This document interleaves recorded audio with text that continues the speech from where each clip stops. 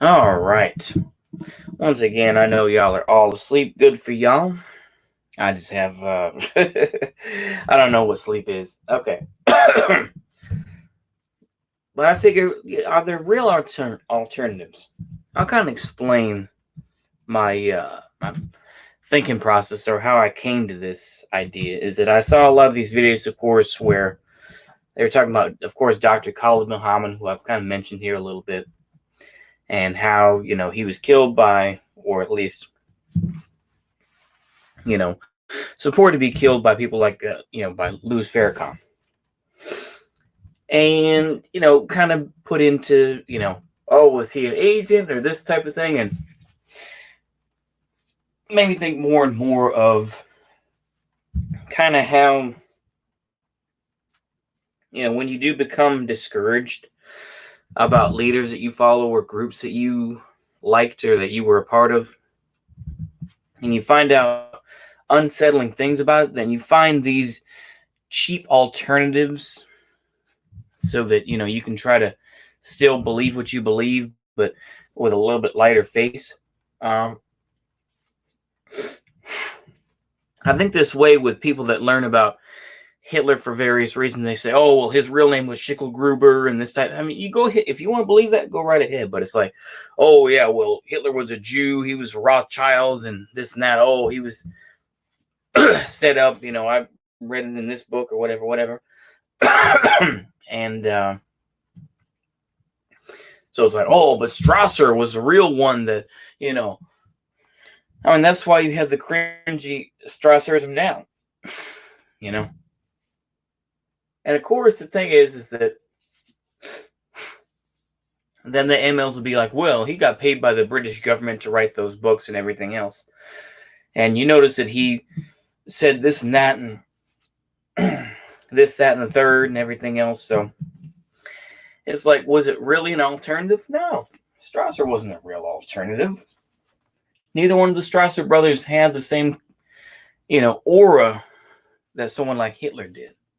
And take that for good, bad, whatever. I'm not going to go full on Wignat and, start saying something. I'm just saying is that think about how powerful the speaker is, Even someone like I say, even people like Louis Farrakhan, they still have that energy. They still have that, they still have that joie de vivre where they can still give these talks and they can just go off the cuff. Even people like Khalid Muhammad, where he can say, I don't care what that cracker said, and he had that energy. You can't deny that, but it's the same type of thing.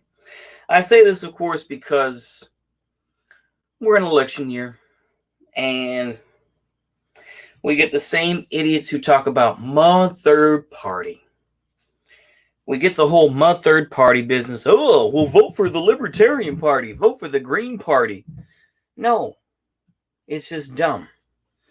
It's like people that think that Ralph Nader was going to win the presidency. No, Ralph Nader was never going to win the presidency. Apart from, maybe, good job for Ralph Nader getting seatbelts in cars. Thank you, sir. And thank you for the work that you've tried to put out. But it's like, no, Ralph Nader was never going to be president. It's just that simple. They just didn't have any, he's not he was never a charismatic guy. This and that. It's the same type of thing that, people are trying to do nowadays, It's just, it's one of those things where you have to realize, I was going to think about how I was going to set this up, but it's like, at the end of the day, you don't have to be loyal to a system necessarily, or be loyal to an organization or to a person. You can respect what that organization or that person taught you, but you can also realize maybe some of the stuff that they said was bullshit, so I'm not going to get involved with it. It's like, yeah. So that's my attitude anyway, when people want to talk about it. I think that's just the reality of the way of just how people are. Um, you know, it's like, yeah, I was in the U.S. Army for a short time. Okay, yeah, I learned how to work out better, and I learned some aspects of learning how to use a weapon, this and that. But like, I don't want to go back. They don't want my ass anyway. Or whichever. Learn. It's like when I worked at J.C. Penney. J.C. Penney's probably going to go down the toilet, but it's like I learned how to fold clothes properly. It's just something that you learn part of it, and then you continue on. So I just overall you can. It's just a tool in the toolbox. That's all it is. If if you're a black man, if you're a melanated man or woman, and you feel empowered by people like Khalid Muhammad, okay, yeah, good for you. I doubt that you're going to go out and shoot cops or do whatever, the one of the radical things that he said. I doubt you're going to do that. I doubt that you believe everything that he said. I was just listening to the speech where he was talking about how Mecca really was when he went to Mecca, and was saying that basically, they didn't make, these Africans go there or whatever. It's like Nigeria, they're limiting people go to, this was, in the 90s or early 2000s, but it's like, he was saying is that, these stinky Arabs were around, and and of course he's, a lot of shit talking where he's just like, basically these Arabs were trying to take this old woman's food away.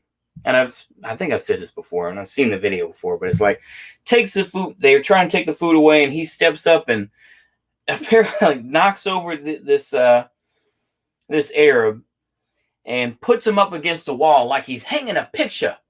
And he says, "That's my grandmother you're talking to." It's just like, no, you did not do that. I'm just going to tell you that right now. No, you did not do that. It's like, you can say it's racism this and racism that. And I'll be like, yeah, okay, of course. But it's like, if you think that I'm actually going to believe you when you say that you put someone up against the wall, it's like, yeah, you look like you're physically capable of it, but I don't think you have the cojones to do that. It's just like, But anyway, I mean, that's just talking a bit about what I've seen and everything. But it's like, are there real alternatives? Nah, not necessarily. It's just something that people would rather, imagine they believe is true. It's like, yeah, if the Strassers had come about, then yeah, it would have been good. Or if, I don't know, it's like, if the Mensheviks had taken over instead of the Bolshevik, things would have been better. Or, I don't know. It's like if people like it's like ML is, it's like if you it's like if Andropov, the Yuri Andropov, the guy who helped to crush the 1956 Hungarian Revolution, it's like if he had taken over, then the Soviet Union would have been better off. You don't know that. Neither do I. But it's like, press X to doubt. It's like, oh well, if Kennedy hadn't been killed or something, you get all these silly ass alternatives that it's like playing the what if game. It's like playing this alternative history type thing. Well, what if aliens invaded, the planet Earth in 1943? Would the Nazis have come together with the Soviets and the Allies and help fight the It's like, that's literally, I think that's Harry Turtledove, but it's like, it's nice for fiction, but it's not real life. I just, for people like me, I'm older, I don't have the time for silly ass alternatives and this and that. I just need to know what's really going to happen. And to me, to a point, is that the game doesn't change. It's just the players. That's just how I feel. I'm sorry. But that's how I feel about a lot of politics, this and that. You can tell me all day that, Ilhan Omar is doing good or this person's doing good. They aren't going to do anything. The country's just going to continue to go down this path, And wherever that leads to is anybody's guess. And yeah, there are all, and when I say there aren't alternatives, in this way, it's like, I do realize to a point, it's like, yeah, alternatives do exist, but did they have a real chance to succeed? And that's really what I want to get people to talk about. It's like, when they, sometimes, it just depends on, it just shouldn't be so loyal to any particular group or any particular idea. It's like, if you want to be some black nationalist or something like that, you say, well, if, if the Nation of Islam took over, no. Nation of Islam is making buku money. They're making money with, the Scientologists. It's like, even though I uploaded videos of Louis Farrakhan, that doesn't mean, oh, well, I think he's great. But it's like, yeah, the guy can spit game. He can say true stuff. That doesn't mean he's going to change anything. The guy's he's 87 years old. But it's like, I don't know. Sometimes I have to rationalize things, at least even if it's just for myself. But, we have to be realistic about things. The same type of thing with separatism or balkanization. Yeah, I live in that fantasy. I'm not going to say never, but it's not going to happen right now. People are definitely not ready for that conversation. We have to be willing to accept that. Yeah, the United States still has plenty of money in terms of, or at least clout, I should say, and at least, residual power that exists in the world, of course. How long does it take before that runs out? Your guess is as good as mine. Depends on how long, how strong China, Russia, and, what African countries can do, or whatever the case may be, whatever variable that's out there. We have to be realistic about just how things are. A lot of the time is that, yeah, it's the whole type of thing with conspiracy theories. She was like, oh, well, did so-and-so do this, or did, I don't know, it's like, did the United States government cause the 9/11 attack, or, this and that. It's like, yeah, there are plenty of holes in plenty of stories. It's like, oh, the grassy knoll and all this type of thing. But it's like, the reality is that they want to keep you in the loop. And to me, ultimately, conspiracy theories, I think, are a hobby. You don't see, in general terms, you don't see ordinary people who have the ability, who work for a living every day.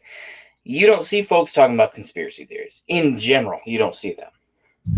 Because they got to work every day. They don't have the time to read all these different books that you have, or watch the videos that you have, or whatever the case may be, talking about, It's like, I can believe to a point that, yeah, there's a lot of things fishy in this world, but it's like, I'll keep them to myself. And I realize that it may always be that way. Ultimately, these conspiracy theorists really don't have an answer about how to fix that stuff, usually.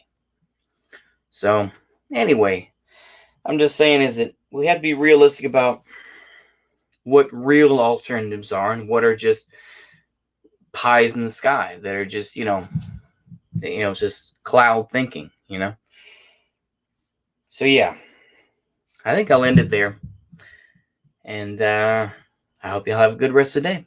See you later. Bye-bye.